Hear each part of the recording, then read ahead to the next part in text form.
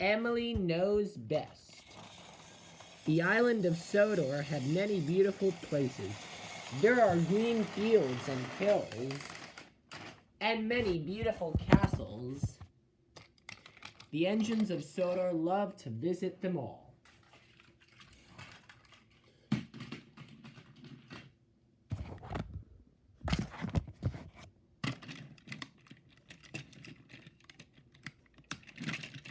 One day, Emily was dropping visitors at the ruined castle. Once upon a time, a queen had lived there. I'd like to be a queen, thought Emily. Queens are in charge and tell everyone what to do. Down the hill from the castle, Percy and Toby arrived. They were to shunt freight cars. Percy had never worked there before. Ooh, look at the castle, said Percy excitedly. I wonder who used to live there.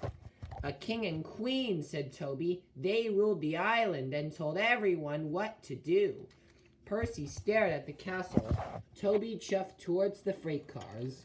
Percy stared at the castle. Percy, puffed Toby, come along. We've got a lot to do today. Waiting for passengers is boring, thought Emily. Then she remembered that Toby and Percy were working near the castle. It would be much more fun to visit them, said Emily, and she steamed off towards them.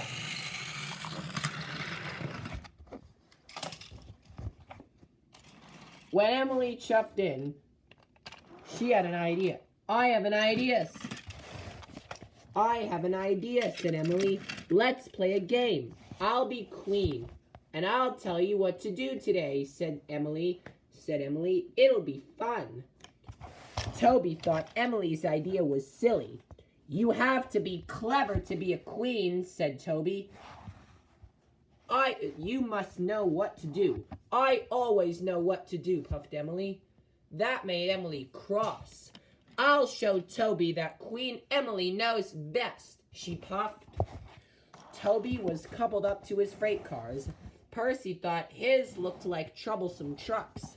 Don't worry, said Toby. I'll be back soon. If you can't manage the troublesome trucks, wait for me and I'll tell you what to do.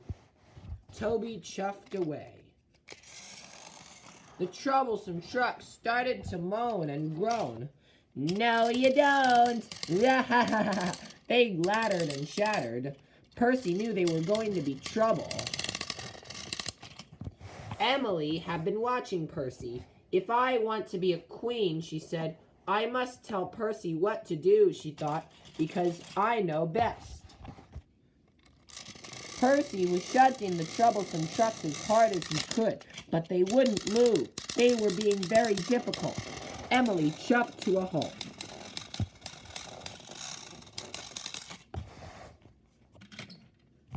Percy, she whistled loudly, I am the queen today. I will tell you what to do.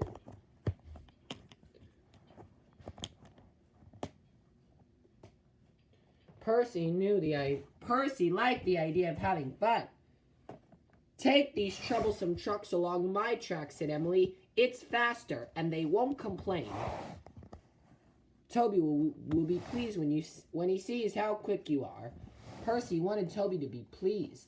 I'll do as you say, Queen Emily, he puffed. Emily blew out a big whoosh of steam. She watched as Percy blew a big whoosh of steam. Percy huffed, and he chuffed, and the troublesome truck sped off.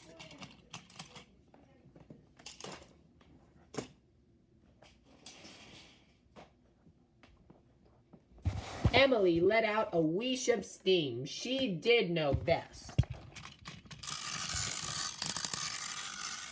But suddenly, there was a terrible noise.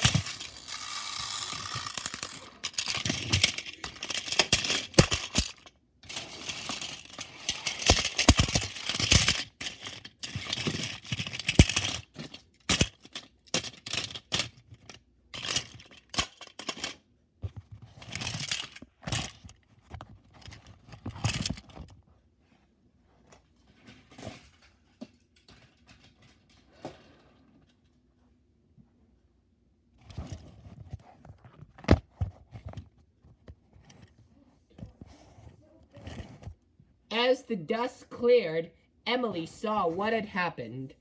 The troublesome trucks who had run into Mavis, who was waiting on the tracks, but her load of stones had spilled all over the line, and one of the freight cars had come off the rails, knocking over a telephone pole.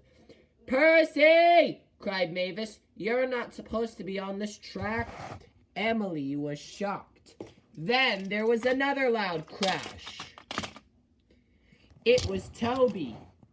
His wheels had struck the telephone pole and he was derailed. Emily knew this was all her fault, but she didn't know what to do, so she puffed over to Toby. "I'm sorry, Toby," cried Emily. "I can't be a queen. I don't know what to do. I don't know best." Toby let out a big cloud of steam. "I know what to do," he cried. "Emily, you must go and get help." Emily knew Mavis couldn't move. She was stuck amongst the freight cars, and Percy couldn't move either. So Emily puffed over for help. So she arrived at the station. She told the station master what had happened. Quickly, the station master phoned for help.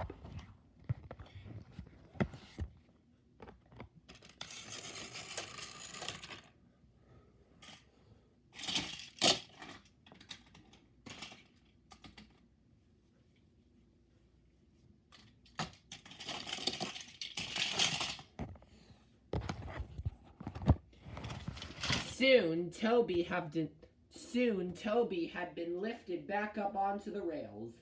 He wasn't hurt, but his cow catchers were need to be repaired. Emily chuffed into the yard. Sir Topham Hatt was waiting. He was very cross. "Emily," he had boomed. "Emily," he said, "you have caused confusion and delay." Luckily, Toby knew what to do. He boomed, he added sternly. "I'm sorry," Emily cried. "Knowing the right thing to do isn't as easy as I thought," she said. "In future, I'll leave that job to a king or a queen or to Toby."